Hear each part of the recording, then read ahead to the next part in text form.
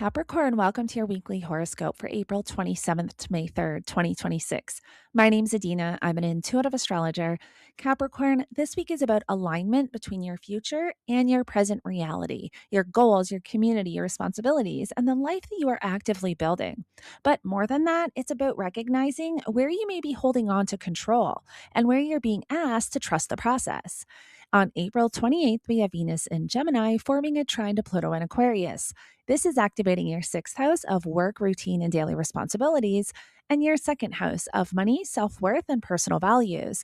This is powerful alignment between what you do every day and what you're building long term. This is you making intentional changes in your routine that directly impact your financial stability and your sense of worth. You may have conversations or realizations that help you work smarter, not harder, or that shift how you value your time and energy. This is where your effort becomes strategic. But you do have to be careful of overworking or trying to control outcomes through productivity alone or tying your worth too closely to what you produce. You don't need to prove your worth. You need to recognize it and build from that place. Then we get to April 29th, and we have Venus in Gemini forming a T-square to the lunar nodes. The south node is in your ninth house of beliefs, expansion, and long-term vision, and the north node is in your third house of communication mindset and daily thinking. This is a karmic crossroads in how you think. This is tension between your big picture vision and the way you actually approach things day to day. This is you recognizing where your beliefs may be too rigid, too idealistic, or disconnected from your current reality. You may realize that you've been focusing on the big picture without grounding it in practical steps. And the North Node is asking you to simplify, to focus on what's right in front of you, to communicate clearly, to take small, consistent actions that actually move forward. You do have to be careful of overthinking or getting stuck in ideas without taking action, or even clinging to beliefs that no longer serve you. You need to ground your vision because clarity comes through action, not just intention.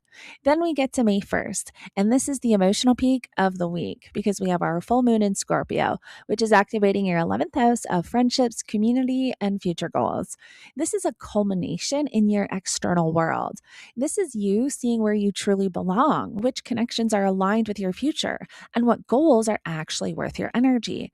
You may feel ready to release a friendship, shift your involvement in a group, or redefine your vision. This is alignment.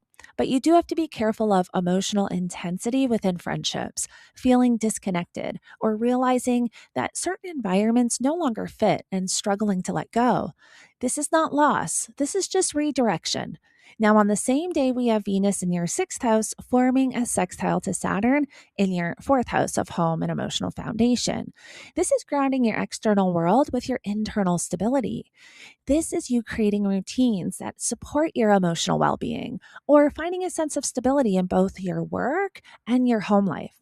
This is where things begin to feel more structured, but you do have to be careful of ignoring emotional needs in favor of productivity or feeling like you have to hold everything together alone.